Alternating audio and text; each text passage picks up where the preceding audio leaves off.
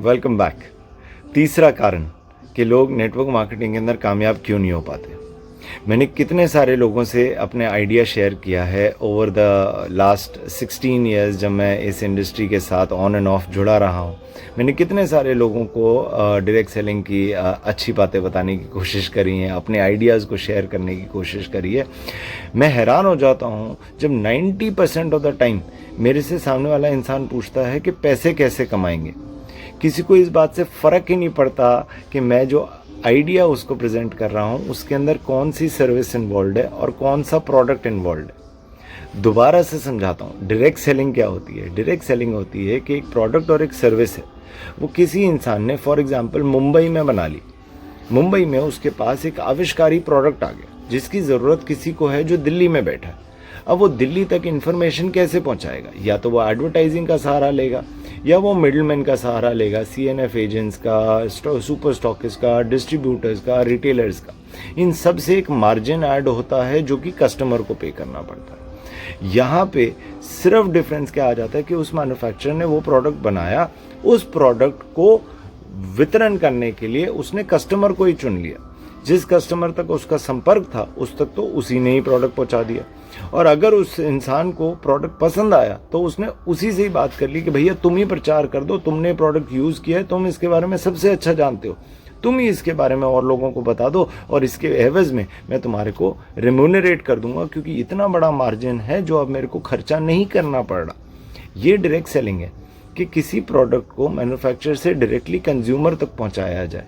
अगर बीच में मैं प्रोडक्ट के बारे में जानूंगा ही नहीं, सर्विस के बारे में जानूंगा ही नहीं, तो मैं क्या बेचने की सोच रहा हूँ और कैसे पैसे कमाने की सोच रहा हूँ। इस इंडस्ट्री के अंदर बहुत सारे बैड एक्सपीरियंसेस लोगों को रहे हैं और मानिए ना मानिए वो इसी कारण से रहे हैं कि कई लोग इस इंडस्ट्री के अंदर सिर्फ पैसा कमाने के लिए आ जाते हैं। बिल्कुल, मैं भी यहाँ पे पैसा कमाने के लिए आया हूँ, लेकिन पैसा कमाने के लिए ये समझना ज़रूरी है कि मैं क्या करके पैसे कमा रहा हूँ।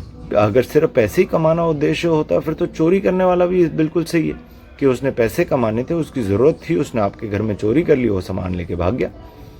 लेकिन ये सही नहीं है। अगर सही करना है तो पहले तो आप ऐसी कंपनी के साथ जुड़िए, ऐसी कंपनी को पिक करिए जिसके प्रोडक्ट्स आपको अपील करें। आप खुद ट्राई करेंगे, कितने 1000, 2000, 5000 रुपये का आपका खर्चा हो जाएगा। आपने प्रोडक्ट लिया, आपने इस्तेमाल किया, आपने सर्विस को यूज़ किया। अगर आप खुश हो गए, ट्रस्ट मी, आपका कॉन्फिडेंस इस बिज़नेस को बिल्ड करने का बहुत बढ़ जाएगा। फिर ये काम नहीं रह जाएगा, फिर ये वे ऑफ लाइफ बन जाएगा। और वे ऑफ लाइफ आपको सांस लेने के लिए किसी मेहनत की ज़रूरत नहीं पड़ती, आपको याद नहीं रखना पड़ता कि मुझे सांस लेनी थी। तो इसी तरह से डायरेक्ट सेलिंग करते हुए, रेफ़र करते हुए भी आपको सोचना नहीं पड़ेगा दोबारा, क्योंकि प्रोडक्ट आपके काम का है। अगर आपने कोई प्रोडक्ट इस्तेमाल किया वेट लॉस के लिए और आपका वेट लॉस हो गया, तो इसके बाद आपको सोचना थोड़ा ना पड़ेगा। जो भी आपको मोटा इंसान दिखाई देगा आप उससे बोलोगे भैया वज़न को कंट्रोल करो, इसकी बहुत सारी हेल्थ प्रॉब्लम्स आपकी क्रिएट होती हैं। वो बोलेगा कैसे पूरा करें, और आप बोलोगे फटाक से कि ये मेरे पास सोल्यूशन है, तुम इसे लेके देखो, 3 महीने ट्राई करोगे, तुम्हारे को भी रिजल्ट नज़र आ जाएगा। और सबसे बड़ा एक डायरेक्ट सेलिंग इंडस्ट्री का आधार है आपके प्रोडक्ट्स और आपकी सर्विसेज। आप अपने जिस भी कंपनी के अंदर आप हैं, अपने प्रोडक्ट्स और सर्विसेज को दिल से यूज़ करिए। फीडबैक लीजिए, अपनी फैमिली का फीडबैक लीजिए, अपने दोस्तों का फीडबैक लीजिए, लगातार फीडबैक लीजिए। वो आपके कॉन्फिडेंस को बिल्ड करेगा। अगर आपका प्रोडक्ट कमाल का है तो दोस्त मुझे मालूम है आप सब भी कमाल के हो। फिर तो आप पूरी धरती के अंदर तूफान मचा दोगे अगर आपको ये बात समझ में आ गई कि जो मेरे हाथ में है वो सबके काम का है। तो अपने प्रोडक्ट और सर्विस पे बिजनेस से ज़्यादा तवज्जो दें। बहुत सारे लोग कंपैरिजन करते रह जाते हैं कि यहाँ का बिज़नेस मॉडल इजी है, वहाँ का बिज़नेस मॉडल इजी है, वहाँ पे तो ये मिलता है, यहाँ पे तो ये मिलता है। सारे बिज़नेस मॉडल एक ही जैसे होते हैं। अगर तेल तिलों में से ही निकलना है, अगर एक प्रोडक्ट है उसकी कोई मैन्युफैक्चरिंग कॉस्ट है और उसकी एक सेलिंग कॉस्ट है और बीच में एक एक्स अमाउंट है जो बचता है जिसे बांटा जाना है, तो आप उसे ऐसे करके बांट लो या आप उसे ऐसे करके बांट लो, बटना उतना ही है। तो सारे के सारे बिज़नेस मॉडल्स अच्छे हैं। प्रोडक्ट समझ में आ रहा है तो उसका बिज़नेस करना शुरू कर दो, सर्विस समझ में आ रही है उसका बिज़नेस शुरू कर दो।